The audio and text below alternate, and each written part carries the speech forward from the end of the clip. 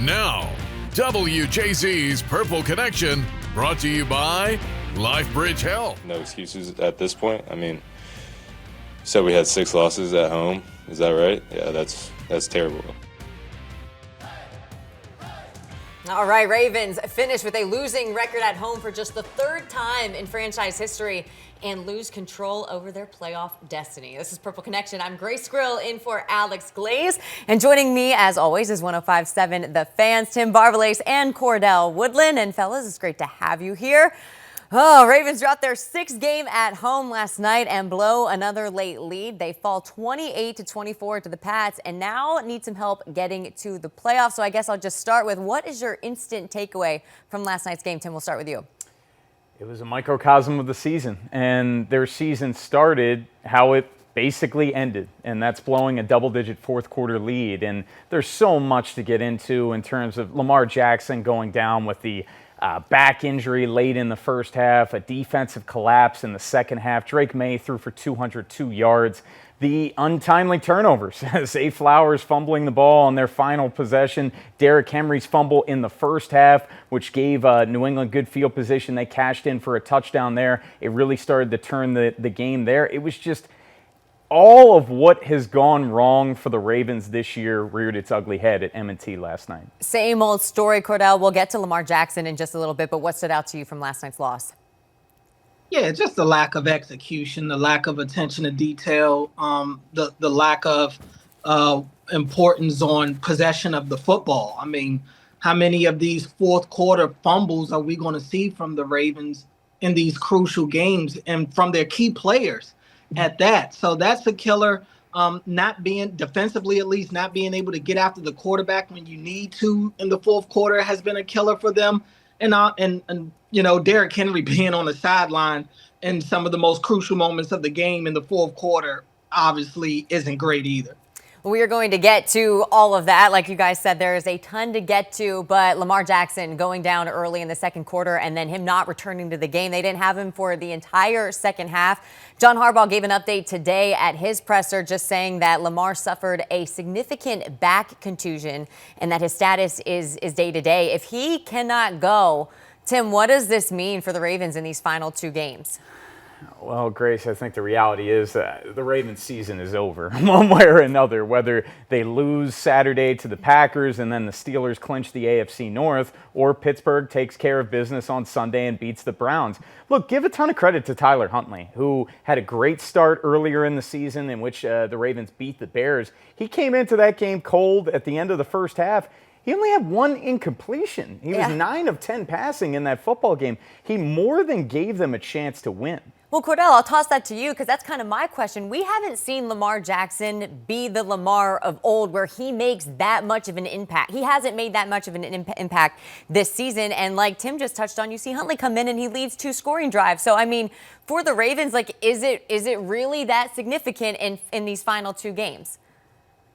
I think it is. You know, I don't want to discount Lamar's ability to just win games this late in the season. To my knowledge, last night was the first time Lamar Jackson has lost in the month of December in his career. So that's something that's important just because it gives the other guys that confidence that, hey, we've got Lamar here. We've got a chance to win. Now, I do think guys have confidence in Tyler Huntley.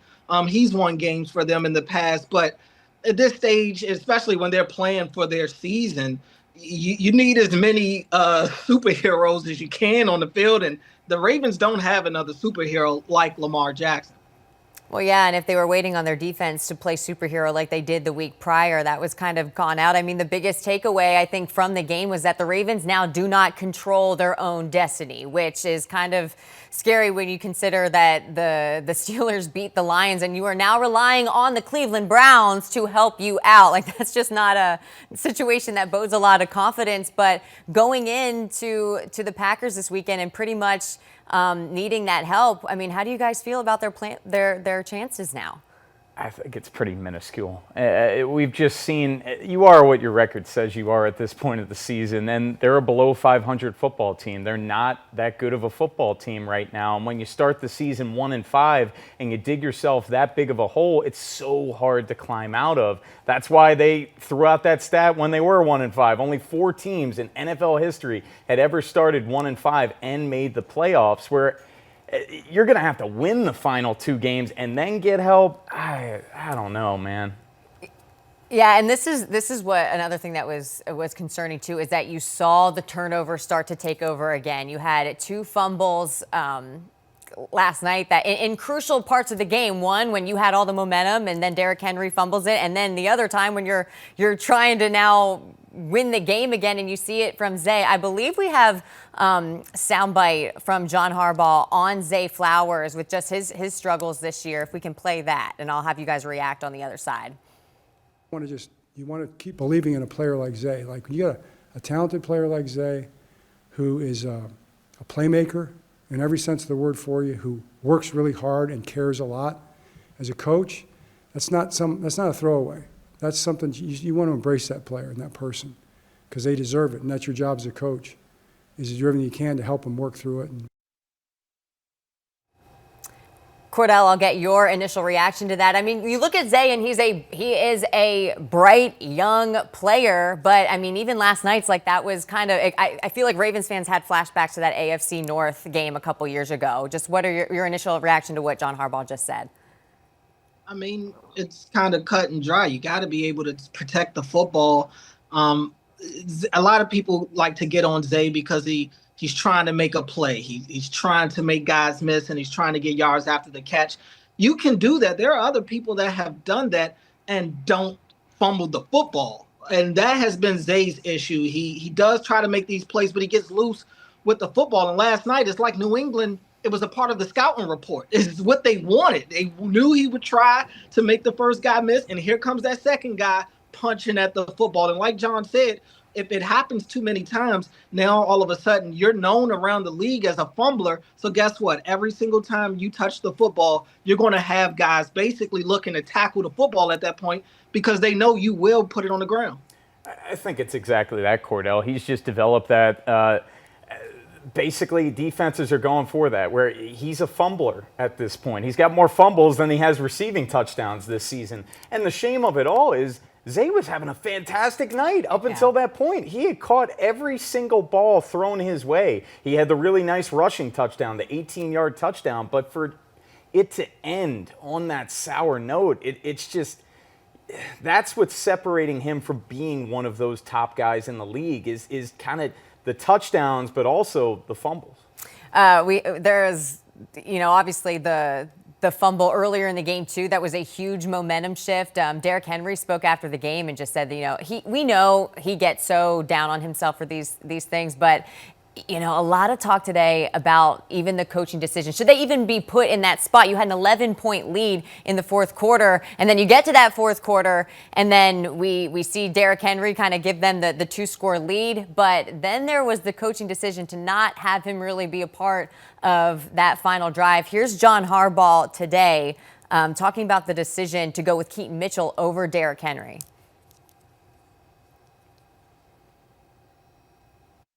Back.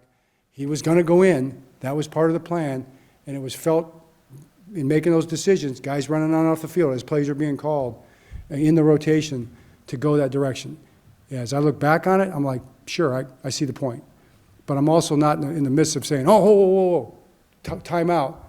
Keaton, come on. I want Derrick in the game in that moment. So that's a reality too. So I'm not trying to make excuses for it, but trying to put it in perspective. That's how it works. Communication or maybe even an intervention with Todd saying, hey. Off of that. It's coaching malpractice. I think you have to have feel of the football game. And there have been games earlier in the season where maybe a Justice Hill was the better option or a Keaton Mitchell was the better option. Derrick Henry was the best running back on the football field, and it wasn't even close last night. 18 carries for 128 yards. He got that second touchdown with 12 minutes, 50 seconds to go in the game. and there were 2 more drives that the Ravens had, and for him to not even have a snap, and a lot of people want to say, oh, the final drive's a 2-minute situation. The Ravens had the ball prior to the 2-minute warning, so they could have even handed him off the football. You had the stoppage there, and you had the 3 timeouts. Derrick Henry was getting chunk run after chunk run after chunk run. That's why you have him in Baltimore, to be the closer, and you didn't give him that opportunity last night. Cordell, I know you have thoughts on this, but we are tight on a break. We're going to talk about this on the other side of the break when we play What's the Word? That's coming up next here on Purple Pregame.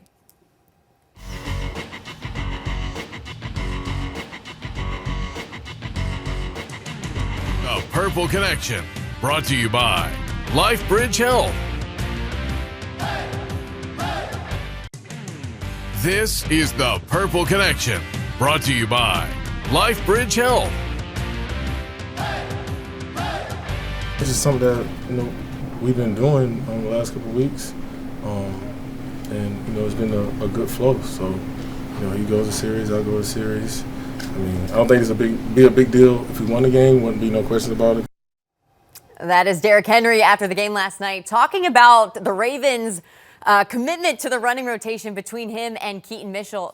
We talked about it in the last block. Derrick Henry, 128 yards on 18 carries and 2 touchdowns. Keaton Mitchell, I think, only had a handful for 13 yards. So that leads us into our segment for What's the Word? And Cordell, I will toss this to you first, but what the Ravens' commitment to the running rotation is? Detrimental. It's detrimental. I mean, because if your commitment is to the point to where it was last night, to where the commitment to the rotation overtakes the feel of the game, overtakes Derrick Henry, who's having his best game of the season. And like you said, Keaton Mitchell, 9 carries for 13 yards. That's not going to get it done. And we're talking about putting a team away. We're talking about kind of defeating a team that was done tackling Derrick Henry. They did not want to tackle him anymore. So for them to A, not put him in the game, and B, kind of lean on the excuses that they've leaned on over the last 12 hours is extremely detrimental to their season. Tim, I was listening to your station earlier today, and I forget who said it, but somebody was like, okay, here's our rock, now let's give you our feather. And I was cracking up over that. Yeah, I think that was Jason, actually. I'll go with the word that I used prior to the break, and that's malpractice. And Cordell said it. You have to have the feel of that football game. It was a game that Derrick Henry was taking over. And I'm with you 100%, Cordell. I said that on the fan all day today. I know he had more rushing yards in the season opener against Buffalo, but he had more chunk runs in terms of 40-plus yard runs there, where here it was just 8 to 12, 6 to 15 yard runs every single time. Only 4 of his 18 carries went for 3 yards or less. That just tells you how successful he was. He had a season high 66.7% rushing success rate. Use him as the closer in that situation. I still can't believe it. Well, speaking of closing, this is one thing that the Ravens have not proven that they can do, and now they have to close out the season. We've been talking about it, how it's do or die, it's do or die. They need to win this game. Okay, now we're not kidding. It is do or die, and they need some help. So our next question on What's the Word is, the Ravens season is, Cordell? Over. It's over. It's all over. Lamar goes down. The faucet cuts off on the offense again. The defense can't put a team away, and God forbid they're ever the unit on the field to have to win them the game. They can't do it. They've been put in that spot so many different times. Coaching has cost them games multiple times this year. It's over. And let's say by some miracle they do get into the playoffs. How much confidence is there in this team to actually make a run at a Super Bowl this year? I just think it's over for them. It's just not their year. Tim. It's done. Same exact thing. It's done. And look, there's no shame in losing to a Patriots team that entered last night at 11-3. But again, when you start the season 1-5, you give yourself no margin for error. And then you rattle off the 5 straight wins, and then you lose back-to-back games at home to division rivals, to the Bengals and Steelers. So then you have no margin for error. And the Steelers, ever since that game in Baltimore, they've started to figure some things out. They've won 3 straight games, and that win yesterday in Detroit was impressive. The Ravens, it's done. Cordell, you mentioned some of the coaching decisions, and that's kind of been a theme all year. Before I get to our last What's the Word question, I want to play the soundbite from John Harbaugh today. He was asked about his job security here in Baltimore.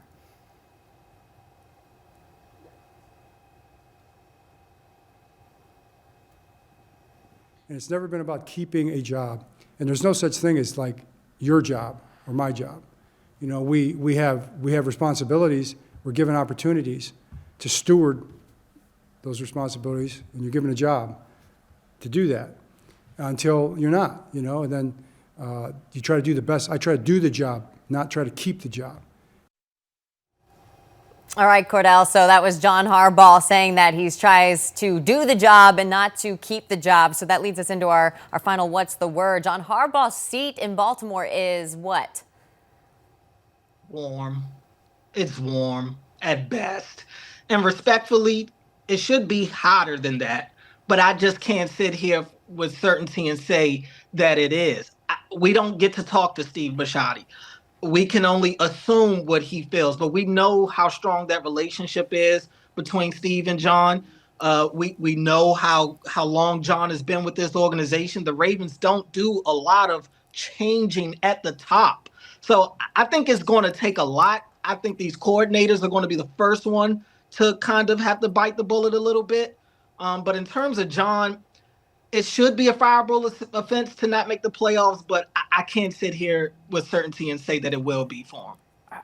I'll say hot. I agree with you, Cordell. I'm not firmly convinced that the Ravens do end up firing John, but I'll say this. I'm a Harbaugh guy, and I think in recent years when people were calling for him to be fired, I would push back. But for me, this started the Texans home game where they got blown out. It really hit another skid in that Steelers home loss where, guys, it's now 12 games that they've had since 2021 in which they've blown leads of 7 points or more in the fourth quarter. That's an NFL record for the most amount of those type of leads in the fourth quarter blown in a 5-year span. Any 5-year span in NFL history. It's the definition of insanity at this point. You keep banging your head against a wall where something has to give. Something needs to change, and you're trying to jam a square peg into a round hole. And if they lose out, I think the question needs to be asked, like,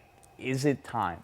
I'm going to play devil's advocate here because I get it, right? When you have a season like this and it's not up to snuff, it's not up to the standard, like, of course you're naturally going to go for the head coaching seat. But I'm like, who are you going to get? Like, I would rather, coming from covering a franchise in the Carolina Panthers where there's been zero consistency, like, I promise you, you do not want that kind of chaos that comes with not having a steady leader at the top. And I mean, here's the thing. You know whose seat I think should be hotter among Ravens fans, and I will get some hate for sure. It should be Lamar. Like, everybody wants to blame the head coach, but I'm like, he has not proven that he is the leader. Talented, athletic, yes, but he has not proven that he is the leader that can rally the troops. And I think Harbaugh gets a lot of crap for the intangibles that Lamar is lacking. Thoughts, fellas? I would say, not that you're wrong, but I don't know if it's necessarily Lamar's job to rally the troops. I think his job is to go out there and be the quarterback and win games and be a leader amongst the team. I will agree with that, but every leader leads differently. I think John Harbaugh, when we see these games and the way they're losing and the time periods they're losing, and it's consistently happening over and over, and at the end of the day, Lamar, he's the guy. So it's not many Lamars. And to your point, they're not a bunch of top-name head coaches just waiting on the street for the Ravens to go get. But at the same time, John wasn't this hot shot head coach when they got him either. I just think sometimes it gets stale, and them moving on from John wouldn't say that John is a bad coach. I don't think anybody could say that. But I think it's just time. Tim, really quick, because we got to talk. No, that's exactly it, Cordell. Where John Harbaugh is a Hall of Fame head coach, and John Harbaugh will get a job very, very quickly. But we saw the Eagles move on from Andy Reid, and Andy Reid went to Kansas City, and he's won all of these Super Bowls. So sometimes it can work out for both parties. It is a hot topic, but we got to take a quick break. But coming up next on Purple Connection, we take a look around the league. That's next. The Purple Connection, brought to you by LifeBridge Health. The League Checkup, brought to you by LifeBridge Health. Care bravely. All right, welcome back to Purple Connection. I'm Grace Grill, joined by Tim Barbalace and Cordell Woodland. Guys, this was a crazy week of football in the NFL. I mean, it's been a crazy season, but I think they topped it this weekend. I think it started with the Bears and the Packers and that overtime win on Saturday night. Let's take a couple of looks. And then you had the Steelers beating the Lions in that crazy finish. Jags snapping the Broncos win streak. The Jags have now won 6 straight.